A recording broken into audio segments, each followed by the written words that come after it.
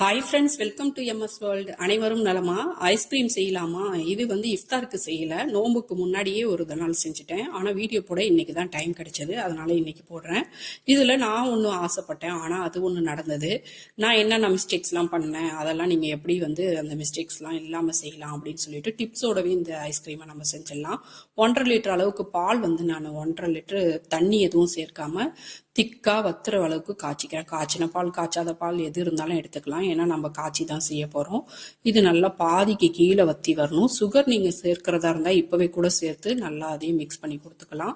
ஆடை சேர சேர எடுத்து எடுத்து உள்ளே விட்டுட்டோம்னா அது நல்லா டேஸ்ட் நல்லா கொடுக்கும். அதனால் ஆடை இருந்தால் அதை எடுத்து போட்டுறாதீங்க, உள்ளேயே எடுத்து விடுங்க. இப்போ பாதிக்கு கீழே வத்தி வந்துருச்சு. ஸ்டவ் ஆஃப் பண்ணிவிட்டு நல்லா ஆற வைக்கணும். கம்ப்ளீட்டாக ஆறினதுக்கப்புறம் மிக்சி ஜாரில் சேர்க்கணும். அப்படி சூடாக சேர்த்தா ஜார் வீணாக போயிடும். இப்போ கம்ப்ளீட்டாக ஆறினதும் நான் மிக்சி ஜாரில் சேர்த்து ஒரு தடவை பீட் பண்ணி எடுத்துக்கிட்டேன். வெண்ணிலா எசன்ஸ் சேர்த்துக்கிறேன் நான். உங்களுக்கு பிடிச்சமான ஃப்ளேவர் நீங்கள் சேர்க்கறதுனா சேர்த்துக்கலாம். அதோட மில்க் மெய்டு சேர்க்கிறேன் நான். மில்க் மெய்டு கண்டென்ஸ் மில்க்லாம் சேர்க்கறதுனால தான் நான் சுகர் சேர்க்கலை. நீங்கள் இது சேர்க்கலைன்னா ஃபர்ஸ்டே நம்ம பால் காய்ச்சும் போதே வேணுங்கிற அளவுக்கு சுகர் சேர்த்துக்கலாம். மில்க் மெய்டு கொஞ்சமாக சேர்த்துட்டு கண்டென்ஸ் மில்க்கு காமிச்சிருக்கேன் பார்த்தீங்களா, இதில் ஒரு கால்வாசி அளவுக்கு சேர்த்துக்கிட்டேன். இது சேர்த்தா எப்படி வருதுன்னு சொல்லிட்டு டெஸ்ட் பண்ணுறதுக்காக தான் நான் இது ரெண்டையும் இப்போ சேர்த்துக்கேன். இப்போ தான் ஃபர்ஸ்ட் டைம் நானும் இதில் சேர்க்கிறேன். ஐஸ்கிரீமில் ஐஸ்கிரீம் மேக்கிங் நிறைய வீடியோ நம்ம ஷார்ட்ஸாக போட்டிருக்கோம். ஓல்டு வீடியோஸ்லலாம் பார்த்தீங்கன்னா உங்களுக்கு ரெஃபரன்ஸ்க்கு யூஸ் ஆகும். அதிலலாம் நம்ம இந்த மாதிரி எதுவுமே நம்ம மில்க் மைடு கண்டென்ஸ் மில்க் எதுவுமே செய்யாமல் தான் செஞ்சுருப்போம். அதுவும் நல்ல அட்டகாசமான டேஸ்ட்டில் இருந்தது. குச்சி ஐஸ் மாதிரி சாப்பிடணும்னு ஆசை, அதனால் இந்த குல்ஃபி மோல்டு மாதிரி இருக்குது. இதில் நான் ஃபுல்லாக ஃபில் பண்ணிவிட்டு அவங்களே ஸ்டிக் மாதிரி கொடுத்துருந்தாங்க மோல்டுக்கு, அதை போட்டு நான் மூடி வச்சுட்டேன். இதுக்கு பதில் நான் டம்ளரில் செய்கிறதுக்கும் நிறையா ஷார்ட்ஸ்லாம் போட்டிருக்கேன். அதெல்லாம் எடுத்து பார்த்தீங்கன்னா உங்களுக்கு ரெஃபரன்ஸ்க்கு யூஸ் ஆகும். டம்ளரில் ஃபில் பண்ணிவிட்டு மேலே ஃபாயில் போட்டு உள்ளே நம்ம ஐஸ் குச்சிலாம் விற்கும் இல்லையா கடையில், அதை வாங்கி உள்ளே வச்சுட்டோம்னாக்கா அது அழகாக இதாகிடும். ஃபாயில் மேலே ஏதாவது ரப்பர் பேண்ட் ஏதாவது போட்டு வாயை மூடிட்டோம்னாக்கா அந்த ஃபாயில் ஸ்ட்ரிக் அப்படியே ஸ்ட்ரிக் பண்ணிக்கும் டம்ளர் மேலே, அவ்வளோதான். இப்போ பாருங்கள், இந்த ஸ்டிக்கை வச்சுட்டு நான் அப்படியே ஃப்ரீசரில் வச்சுட்டேன்.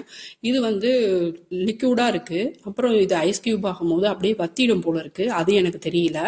இது இடையில பார்த்து நம்ம திரும்ப பாதி அளவுக்கு வந்துருச்சுன்னா திரும்ப நம்ம போய் மீதியை ஃபில் பண்ணணும் போல இருக்குது. நான் அப்படியே கொண்டு போய் ஃப்ரீசரில் வச்சுட்டு திரும்ப எப்போ அன்மோல்டு பண்ணுறோனோ அப்போ தான் எடுத்தேன். பாதி இது அப்படியே குல்ஃபி மாதிரி ஊற்றி வச்சுட்டேன். மீதி இருக்கிற பாதி மில்கில் கொஞ்சமாக ஃப்ரெஷ் க்ரீம் சேர்த்து எப்படி வருதுன்னு டெஸ்ட் பண்ணுறதுக்காக தான் சேர்த்தேன். இதெல்லாம் சேர்க்கணும்லாம் அவசியம் இல்லை.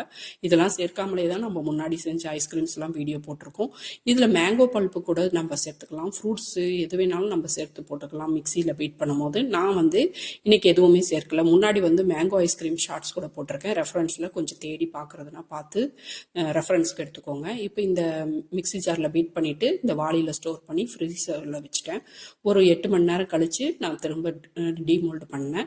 நாம இந்த ஃப்ரீசரில் வைக்கும் போது 2 ஹவர்ஸ்க்கு ஒரு தடவை வெளியில் எடுத்து திரும்ப மிக்சி ஜாரில் பீட் பண்ணிட்டு திரும்ப ஸ்டோர் பண்ணி ஃப்ரீசரில் வச்சோன்னா அவ்வளோ க்ரீமி டெக்ஸ்சரில் வரும். முன்னாடியெல்லாம் நான் செய்யும் போது அப்படி தான் செஞ்சேன். இந்த தடவை மிக்சி ஜாரில் ஒரு தடவை பீட் பண்ணிவிட்டு அதோடவே ஸ்டோர் பண்ணி வச்சுட்டேன், அவ்வளோதான்.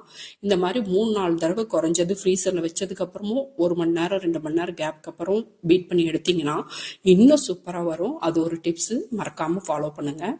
இப்போ நான் பாப்பா டெக்கரேஷன் பண்ணிட்டு இருந்தாங்க, கார்னிஷ் கொடுத்துட்டு இருந்தாங்க சாக்லேட் ஸ்டப்லாம் போட்டு.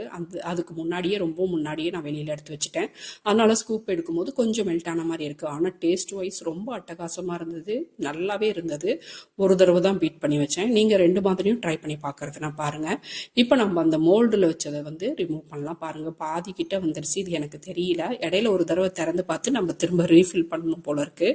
நான் குச்சியோட வச்சு சாப்பிடணும்னு ஆசைப்பட்டேன். கடைசியில் பாதி இருந்ததுனால ஆசைப்பட்டது ஒன்று நடந்தது ஒன்றுன்னு சின்னதாக கிண்ணத்தில் ஊற்றி அப்படியே ஸ்பூனால் எடுத்து சாப்பிட்ற மாதிரி தான் ஆயிடுச்சு. உங்களுக்கு இந்த வீடியோ யூஸ்ஃபுல்லாக இருந்தால் லைக் பண்ணுங்கள், சப்ஸ்கிரைப் பண்ணுங்கள், சப்போர்ட் பண்ணுங்கள் ஃப்ரெண்ட்ஸ். நீங்களும் இதெல்லாம் செஞ்சு பார்த்துட்டு உங்களுக்கு எப்படி வந்ததுன்னு ஃபீட்பேக்கை கமெண்ட்டில் சொல்லுங்கள். தேங்க்யூ.